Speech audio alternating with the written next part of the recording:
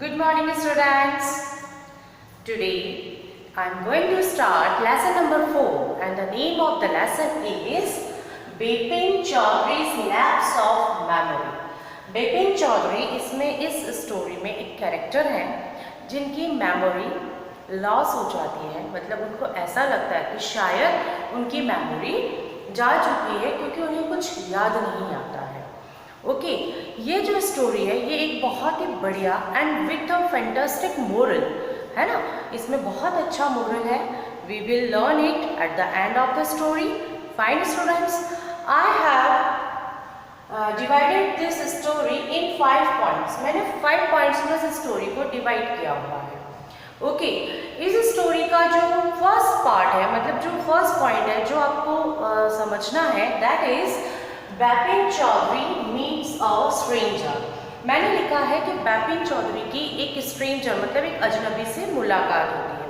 बिपिन चौधरी क्या है, एक दिन किताबों की दुकान पर किताब ढूंढते हैं पढ़ने के लिए, तो उन्हें कुछ ऐसा लगता है कि कोई स्ट्रेंजर इट मीन्स कोई अजनबी उनका क्या कर रहा है, पीछा कर रहा है, मतलब कोई आइज जो है उनका पीछा कर रही है।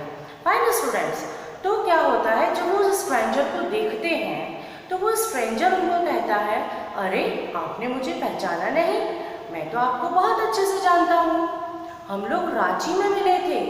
अब बिपिन चौधरी तो बहुत कंफ्यूज हो जाते हैं। क्यों हो जाते हैं? उन्हें तो याद ही नहीं आता कि वो कभी रांची भी गए हुए हैं। और वो कहते हैं, जब अजनबी उन्हें बताता है कि अरे 1-2 साल पहले की तो बात है, कोई बहुत समय नहीं हुआ जो तुम मुझे भूल गए हो, तो वो कहते हैं कि अरे मुझे तो कुछ भी याद नहीं आता। और थोड़ा सा सोचने में उनको आता है कि अरे ऐसा क्या है जो ये अजनबी मुझसे इस तरह से बात कर रहा है। ओके, अब जब वो सोचते हैं, इसको सोचते सोचते क्या होता है, एक और इंसिडेंट होता है कि जो वो अजनबी होता है वो उन्हें एक और चीज़ याद दिलाता है। क्या इंसिडेंट होता है वो? The cut in the right knee. जो उनका राइट नी मतलब जो सीधे पाँव का घुटना होता है, वो उनको कहता है कि तुम्हारे सीधे पाँव के घुटने में भी कट लगा हुआ है। बिपिन चौधरी तो बहुत कंफ्यूज हो जाते हैं क्योंकि वाकई में ऐसा हुआ होता है। तो सोचते हैं, क्या सही में मेरी मेमोरी चली गई है? क्या मुझे वाकई में कुछ भी याद नहीं आ रहा? वो बहुत कंफ्यूज हो जाते हैं। जब वो सोचते जाते हैं, तभी क्या होता है, एक उनके फ्रेंड होते हैं चुन्नीलाल, है ना। जब वो इस चीज़ के बारे में सोचते होते हैं तभी चुन्नीलाल उनसे मिलने आते हैं। चुन्नीलाल उनके फ्रेंड होते हैं बचपन के। ओके, जब वो चुन्नीलाल उनसे मिलने आते हैं तो वो अपनी प्रॉब्लम अपने फ्रेंड से भी डिस्कस करते हैं। अरे मेरे साथ आजकल ऐसा हो रहा है, मुझे कुछ याद ही नहीं आ रहा है, मैं रांची कब गया हूँ? तो चुन्नीलाल तो और कंफ्यूज कर देते हैं। क्या बोलते हैं? चुन्नीलाल कहता है, अरे मैंने तो तुम्हारी टिकट कराई थी, तुम तो रांची गए हुए हो। अब तो बिपिन चौधरी को क्या होता है, पक्का ये मतलब विश्वास हो जाता है कि वाकई में मैं रांची गया हूँ, बट मैं तो सब भूल गया। इट मीन्स मुझे क्या है, मेमोरी लॉस की प्रॉब्लम हो गई है ना। जब उनको ऐसा लगता है क्योंकि जब हमें ऐसा कुछ होता है तो हमें ऐसा लगता है कि हम बीमार हो गए हैं क्योंकि हमें कुछ भी याद नहीं आ रहा है। फाइन स्टूडेंट्स, तब वो क्या करते हैं, Bipin Chaudhary sees the doctor. ऐसी कंडीशन में क्या होता है, वो एक डॉक्टर से मिलते हैं, कंसल्ट करते हैं अपने डॉक्टर से। वो डॉक्टर से जब मिलते हैं, डॉक्टर को अपनी सारी प्रॉब्लम बताते हैं, तो डॉक्टर उन्हें सजेशन देते हैं कि तुम ऐसा करो, एक बार रांची चले जाओ, शायद तुम्हें पुरानी मेमोरीज सब वापस याद आ जाए, तुम्हें पूरा रिकॉलिंग हो जाए। तो वो सोचता है, हाँ ये सही आइडिया है, मैं रांची जाऊँगा तो मुझे वहाँ का कुछ तो याद आएगा। तो वो क्या करते हैं, रांची की टिकट कराते हैं और रांची चले जाते हैं। जब वो रांची जाते हैं तो वहाँ पर सब तरफ जब वो मतलब याद करने की, रिकॉलिंग की कोशिश करते हैं तो उन्हें कुछ भी याद नहीं आता है। वो बोलते हैं, अरे मुझे तो ऐसा कुछ लग ही नहीं रहा है कि मैं यहाँ पर पहले कभी आया हूँ। जब वो इतना सोचते रहते हैं तो एक तरह से क्या होता है, अगर हम बीमार नहीं भी होते हैं और हमारे मन में अगर कोई डाउट आ जाता है तो हम वाकई में बीमार हो जाते हैं। तो क्या होता है, वो एकदम उनको चक्कर आ जाता है। वहाँ पर एक फॉल होता है, जलप्रपात होता है हड़कू नाम से, वहाँ पर वो गिर जाते हैं। बेहोश हो जाते हैं। तो वहाँ पर कुछ गुजराती फैमिलीज़ के वहाँ पे लोग रहते हैं, वो उनको बचाते हैं और उनका इलाज वगैरह कराते हैं और वो फिर ठीक होते हैं। ठीक होकर जब वो वापस आते हैं रांची से, तब क्या होता है, तब उनको एक पत्र मिलता है। Bipin Chaudhary receives a letter, उनको एक लेटर मिलता है। किसने लिखा होता है? वो लेटर लिखा होता है उनके फ्रेंड चुन्नीलाल ने। क्यों लिखा होता है?